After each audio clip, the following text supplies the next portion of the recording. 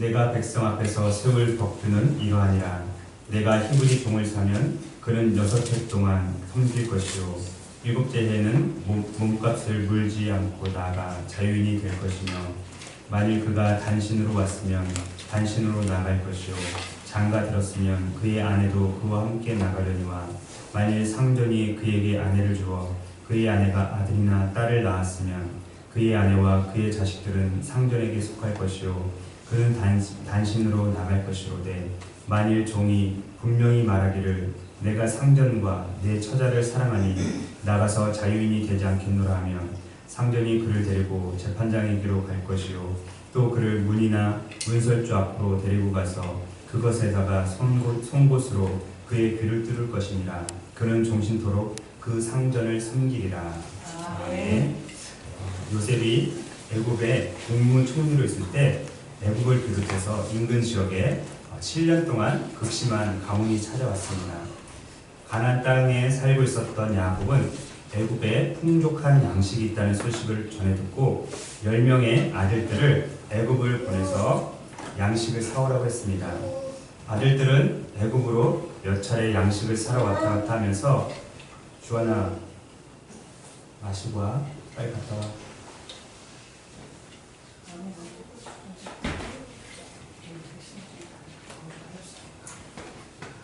갔다 오라.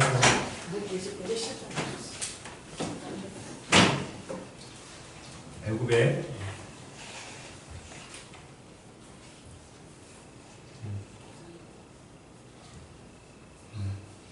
요셉의 권위로,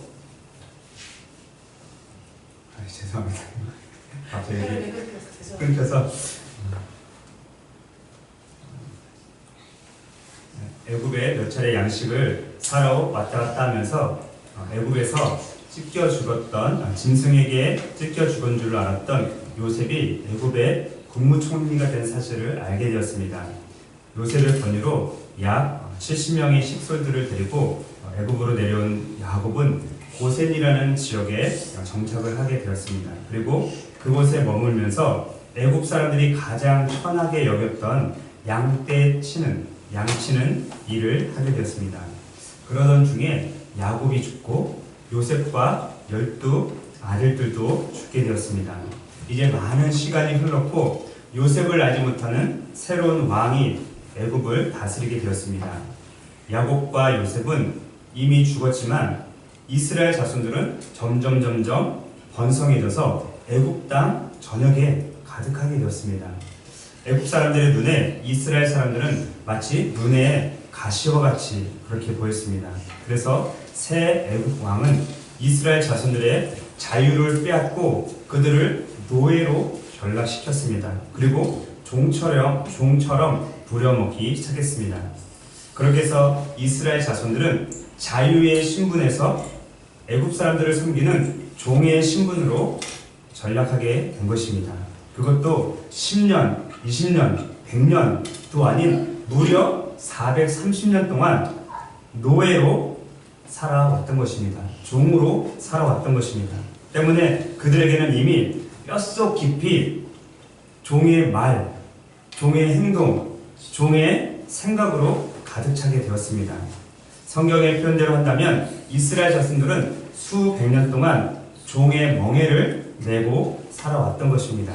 그 사실을 너무나도 잘 알고 계셨던 하나님은 수백 년 동안 이 올가매고 있었던 종의 멍에를 풀어주시기 위해서 모세를 부르셨고, 그 모세를 통해서 이스라엘 백성들을 애굽에서 탈출시키시도록 그렇게 명령을 하셨습니다. 그리고 시내산 앞에서 종에 관한 법에 대해서 말씀을 해주셨는데, 특히 히브리 사람들이 종으로 팔렸을 때 어떻게 해야 되는지에 대해서 가르쳐 주신 말씀이 바로 본문 말씀입니다. 본문으로 들어가기 전에 먼저 히브리라는 단어가 어떻게 생겨났는지에 대해서 짧게 말씀을 드리겠습니다. 이 히브리라는 단어는 아브라함 때부터 시작된 단어입니다. 아브라함이 갈대아 우르를 떠나서 가나안 땅에 정착을 한 지 얼마 되지 않아서 그의 조카 롯과 헤어지는 일이 벌어집니다. 롯은 소돔과 고모라 땅이 너무나도 비옥하고 보기가 좋아서 그곳으로 이주해 갔고 그 땅에 머물게 되었습니다. 그러던 어느 날 엘람이라는 나라의 왕이었던 그돌라오멜이 세 나라의 왕들과 함께 연합군을 형성해서 소돔과 고모라 땅을 쳐들어왔습니다. 소돔과 고모라의 모든 사람들이 포로로 잡혀가고 재물과 양식을 다 빼앗기고 말았습니다. 소돔에 거주하고 있었던 아브라함의 조카 롯도 포로로 잡혀가게 됩니다. 포로로 잡혀가던 사람들 중에 한 명이 우여곡절 속에 탈출을 해서 아브라함에게 와서 그 사실에 대해서 알려줍니다. 성경에 이렇게 기록이 되어 있습니다. 도망한 자가 와서 히브리 사람 아브라함에게 알리니 히브리 사람 아브라함에게 알렸다라고 성경은 기록을 하는데 이 히브리라는 단어가 바로 여기에 처음 등장합니다. 히브리라는 말은 가로지르다 또는 건너가다 라는 의미를 가지고 있습니다. 그래서 이스라엘의 조상 아브라함이 큰 강을 건너왔다, 큰 강을 이주해 왔다 라는 말로 이스라엘 사람들을 히브리 사람이라고 그렇게 불렀던 것입니다. 도망한 자를 통해서 자신의 조카가 포로로 사로잡혔다라는 소식을 전해들은 아브라함은 집에서 기르고 훈련시킨 318명의 개인 군대를 이끌고 가서 그들을 쳐부수고 빼앗겼던 모든 재물과 조카 롯을 다른 사람과 함께 다시 찾아왔습니다. 그래서 이때부터 이스라엘 사람들을 히브리 사람이라고 불리게 된 것입니다. 이제 본문으로 가서 본문에서 말하고 있는 이 히브리 종에 관한 법에 대해서 자세히 한번 살펴보도록 하겠습니다.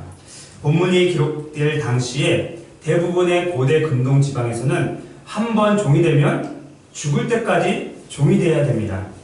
그것도 모자라서 자신만 종이 되는 것이 아니라 그 자손이 태어나면 그 자손도 자동적으로 종이 되는 것입니다. 그런데 이스라엘은 달랐습니다.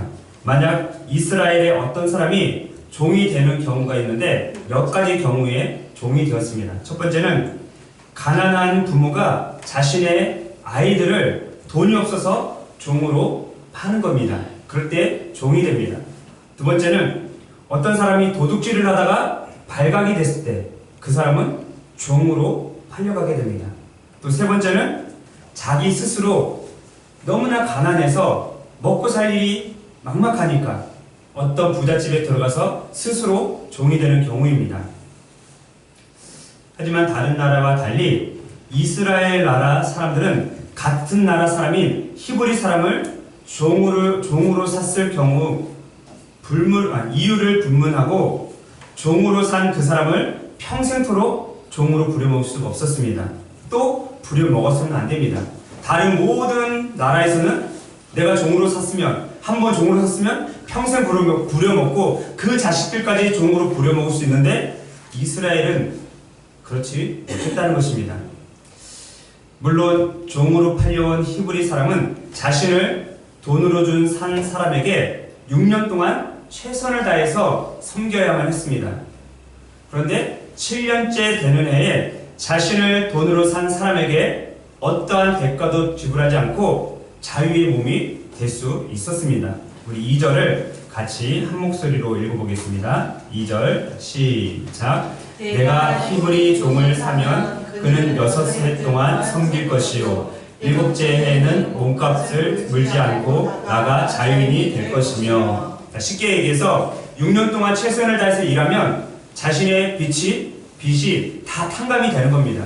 그래서 7년째 되는 해에는 그냥 돈을 내지 않고 자유인이 될 수 있었던 것입니다. 그런데 여기서 말하는 히브리 종은 남녀 모두에게 적용되는 말씀입니다. 같은 내용이 기록되어 있는 신명기 15장 12절에 보면 이렇게 기록이 되어 있는데 한번 들어보시기 바랍니다. 내 동족 히브리 남자나 히브리 여자가 내게 팔렸다 하자. 만일 6해 동안 너를 섬겼거든 7째 해에는 너는 그를 놓아 자유롭게 할 것이요. 뿐만 아니라 주인이었던 사람은 종에서 풀려나는 이 자유의 몸이 된 히브리 사람에게 그냥 빈손으로 돌려보내면 안 됩니다. 6년 동안 주인을 잘 섬겼던 대가로 넉넉하게 어떠한 것들을 주어서 돌려보내야 되는데, 성경에 보니까 양무리 중에서 양을 잡아다가 살아있는 채로 주고, 타작마당에서 타작한 곡식을 또 주고, 거기에서 끝나는 게 아니라 포도주 틀에서 짜낸 포도주를 또 주고, 이렇게 풍족하게 주어서 내보내야만 했던 것입니다. 계속해서 신명기 15장 13절 14절을 제가 읽어보겠습니다. 그를 놓아 자유하게 할 때에는 빈손으로 가게 하지 말고 내 양 무리 중에서와 타작 마당에서와 포도주 틀에서 그에게 후히 줄지니 곧 내 하나님 여호와께서 내게 복을 주신 대로 그에게 줄지니라. 그냥 보내지 말고 넉넉하게 후하게 줘서 보내라 라고 말합니다. 이것은 마치 이스라엘 백성들이 430년 동안 애굽에서 종살이를 한 다음에 애굽을 탈출하게 됐을 때에 애굽 사람들을 통해서 은금 패물을 선물로 받고 나온 것과 마찬가지라는 것을 우리가 알게 됩니다. 성경에 이렇게 기록이 되어 있습니다. 여호와께서 애굽 사람들에게 이스라엘 백성에게 은혜를 입히게 하사 그들이 구하는 대로 주게 하심으로 그들이 애굽 사람의 물품을 취하였더라. 애굽을 탈출할 때 이스라엘 백성들이 그냥 나온 것이 아니라 주위에 있던 애굽 사람들에게 나한테 은혜를 베풀어 주시오 했더니 귀고리 빼서주고 목고리 빼서주고 팔찌 빼서주고 이렇게 풍족하게 넉넉하게 받아 가지고 나왔던 것을 지금 히브리 종을 자유롭게 풀어줄 때 그것을 기억하라는 말씀입니다. 좀 더 자세히 살펴보도록 하겠습니다. 본문은 정확하게 구분을 하는데 2절부터 6절까지는 히브리 남자종, 남종에 대해서 기록을 하고 있고 7절부터 11절까지는 히브리 여자종, 여종에 대해서 기록을 하고 있습니다.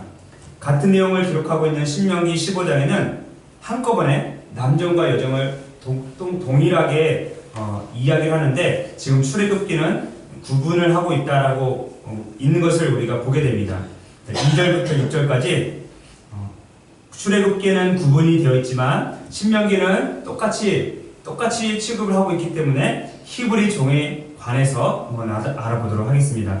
앞에서 말한 대로 어떤 히브리 사람이 가난해져서 자신의 아들을 다른 히브리 사람에게 돈을 받고 팔거나 또는 어떤 사람이 도둑질하다 걸렸을 때 발각이 되면 갚을 길이 없어서 그 사람이 종이 되거나 아니면 어떤 히브리 사람이 스스로 내가 너무나도 가난해서 부잣집에 종으로 들어가야겠다 라고 했을 때 그렇게 종으로 팔렸을 때는 6년 동안 열심히 최선을 다해서 섬겨야만 했습니다. 그리고 7년째 되는 해에는 자유로운 몸이 될 수 있었는데 만약 종으로 팔려온 그 사람이 홀몸으로 혼자 왔다면 7년째 홀몸으로 자유인이 되었습니다. 그런데 그 종이 아내와 같이 종으로 왔다면 그 아내와 같이 다시 자유인이 될 수 있었습니다. 그런데 예외가 있었습니다. 홀몸으로 왔다가 주인이 그 종이 너무 열심히 일하고 성실하게 일해서 다른 여자 종하고 또는 다른 남자 종하고 결혼을 시켜줘서 거기에서 자녀가 태어났다면 6년 뒤 7년째 되는 해에 그 가족을 이끌고 나가는 것이 아니라 혼자 나가야만 했던 것입니다.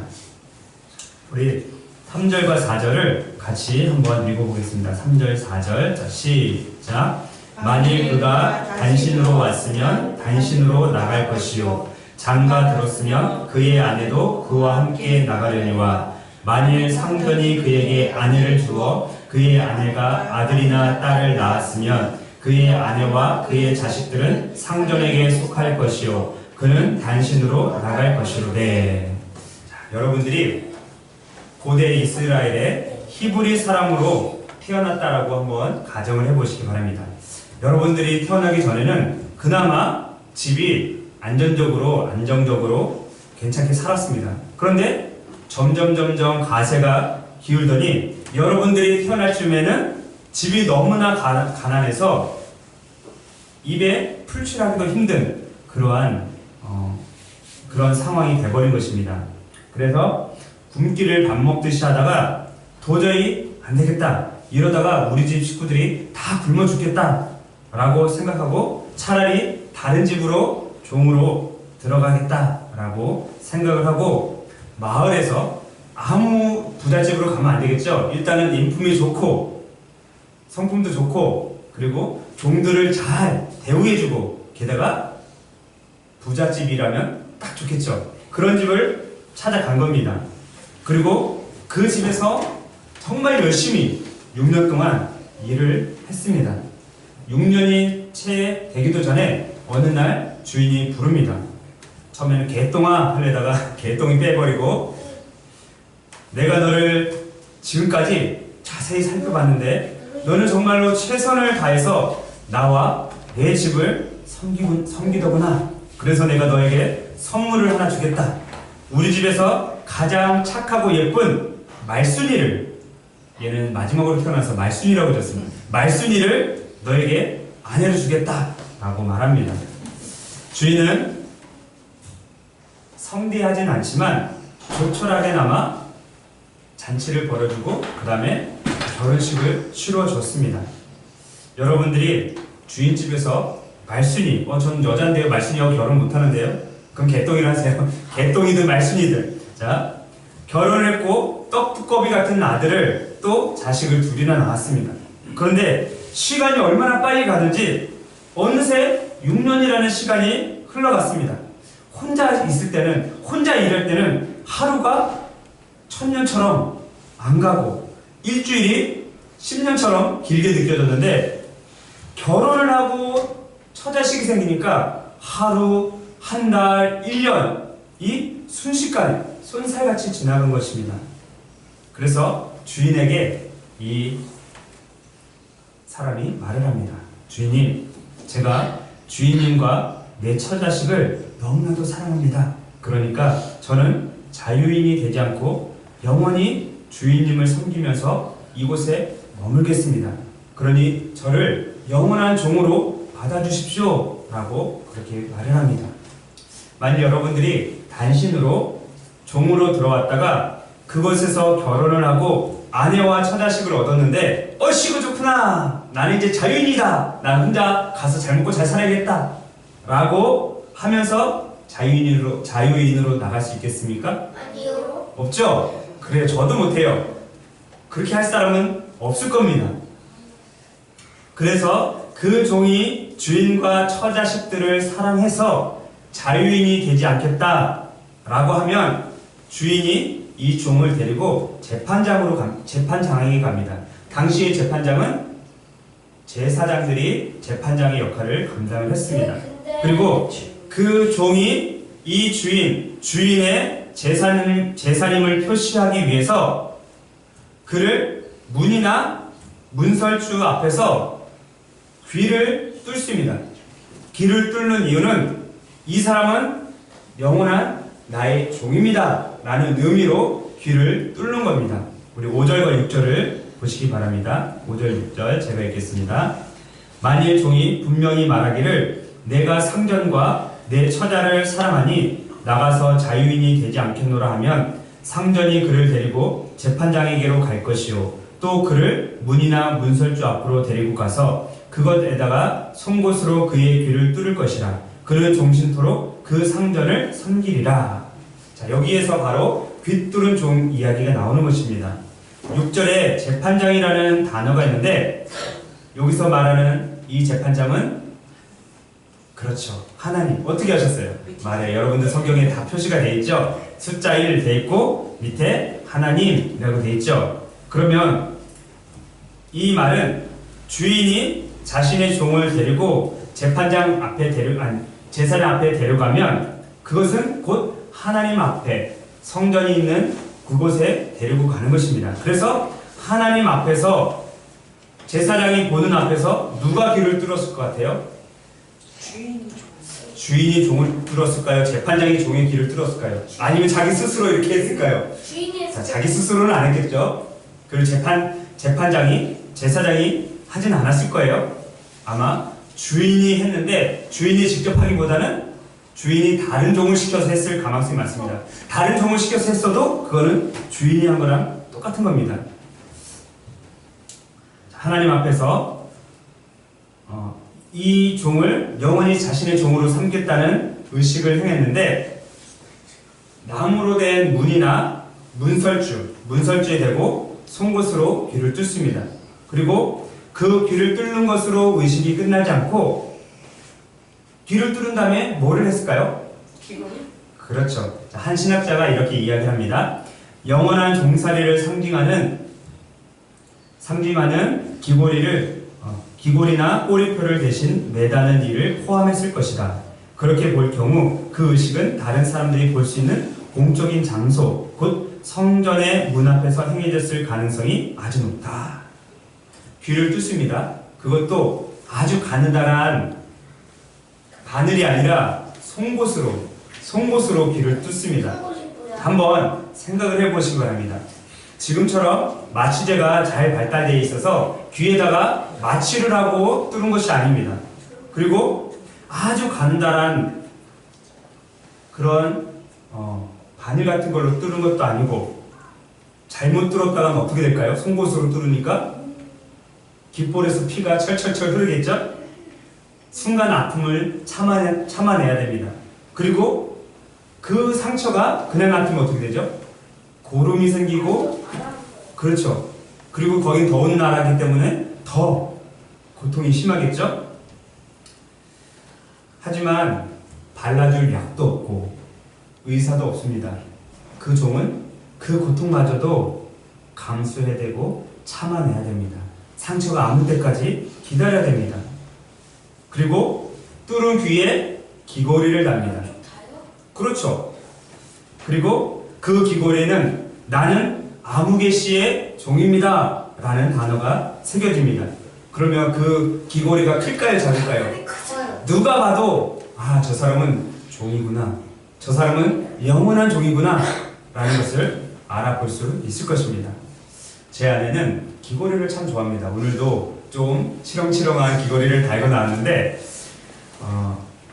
설교 준비하기 전에 이번 주에는 귀 뚫은 종에 대한 설교를 할 거예요. 그러니까 여보가 잠시 나와서 모델이 돼주세요 라고 이게 우스갯소리도 했는데, 사실 제 아내가 귀를 뚫고 귀고리를 좋아하는 것은 저희 장모님의 영향입니다.